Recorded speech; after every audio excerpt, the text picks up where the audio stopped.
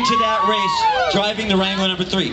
Was that a real stressful time for you? Because you really had to win that race. It wasn't too stressful, but there was a little bit more pressure, I guess, because of the car and everything. I want a mom! And all of his race fans really, want us to either do a good job with it or not do it at all. So there's a lot of pressure going on with it. So we were pretty fortunate to win the race, and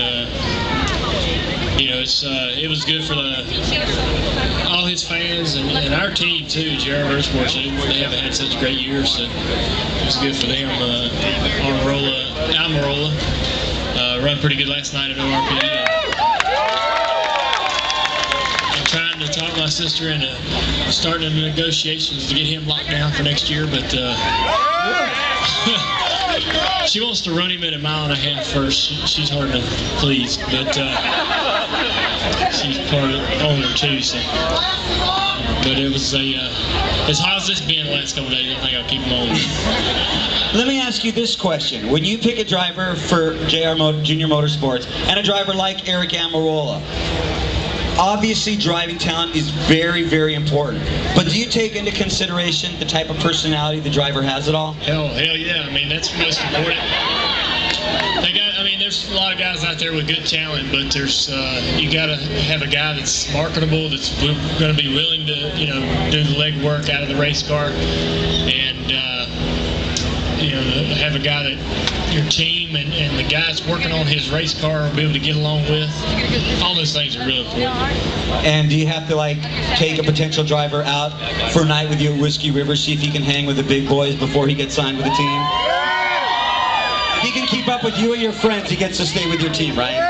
Well, Brad, we hung on to Brad for a couple of years. He don't drink, so he got by somehow or another. But so I guess that's not a requirement, but it's a plus when he can party pretty good. Who has any questions for Dale Earnhardt Jr.? I'll start with you right there. Go ahead.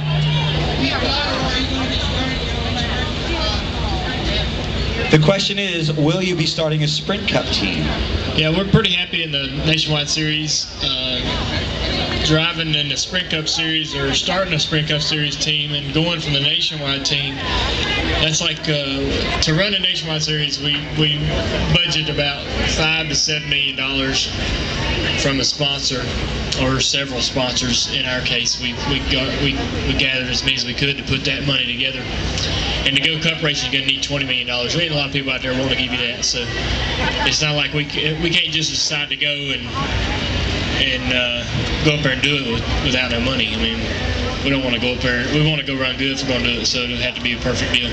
Speaking of sponsorship dollars, every time you look out here, you see so many 88 hats. Dale Earnhardt Jr. is... Because you are so marketable, what are some of the crazy companies and ideas that people have approached you with and said, I want to put Dale Jr.'s name on this? There's been a couple things that just didn't match up. I can't really think of any right now, but there's some out there that end up making it.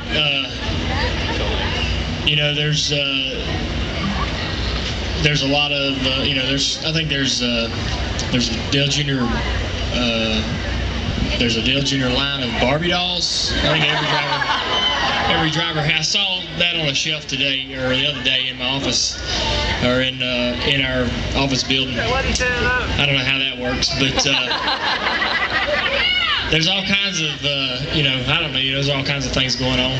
Because that would be something, knowing you, that would be pretty cool. Like if they lined up all these models and you got to pick which girl got to be a Dale Jr. Barbie doll. Yeah. As far as I know, it's pretty much the same one for all these years, right? It's okay if you don't know that, Jimmy. Yeah, you don't have to know too much about Barbie. Yeah, it's kind of good that I don't. But, who has any questions for Dale Earnhardt Jr.? I'm going to ask. Okay, I'll go over here because I haven't yet. Okay, go ahead. You right there yelling.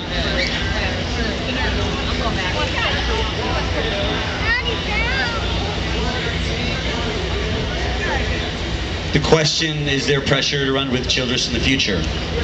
No pressure to run with him. He's a good guy, and we got a real good friendship, and you never know what's going to happen down, 5-10 years from now. So, you know, you just kind of hang out and do what you're doing, see what happens. But I'm pretty happy driving for Rick. He's a hell of an owner, hell of a guy, and takes care of all his employees. So I feel pretty good. I think, you know, I think we've got great cars and got everything I need. But you know, I've thought about driving for Richard. And they do a good job building great race cars too, so that wouldn't be a hard decision if I had to make it. Do you remember the first time you ever came to Indianapolis Motor Speedway? I don't. I guess it was the first time we raced here. Actually, I think the first time I came here was I was still driving in the Nationwide Series over at ORP, and we had a IROC race here. And I'd never been around the place, so I come over here to test the cars a little bit with Dave Marcus and Sauter and some people that were doing the testing for those cars in. So I had to take some laps around here and get used to it, and I still run like crap. I think I finished last in the race. But it was a pretty intimidating place, really big, and takes you a while to get going on it. But it's a fun racetrack once you get over the nerves. And I hear that when you go into the turn here, you talk about the nerves, that when you're coming out of the turns, you really don't know what's ahead of you at this track, do you? I think it's just the turns are all so different. They are tighter. The first turn's real tight, and they sort of get bigger as you go around the track with turn 4, seemingly the most sweepingest corner, the easiest one to get through. So it's a real challenge to get into turn 1 and get the car slowed down. You're going, 190 mile an hour, and you're going in a 90-degree turn that's flat, and that's real intimidating for a driver. It takes a lot of nerves to get over it and get used to doing it.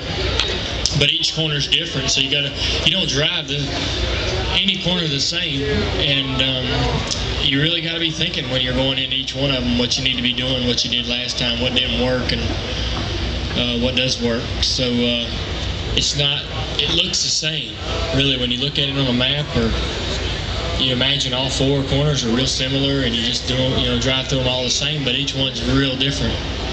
And so it just takes a lot of thinking when you go around there.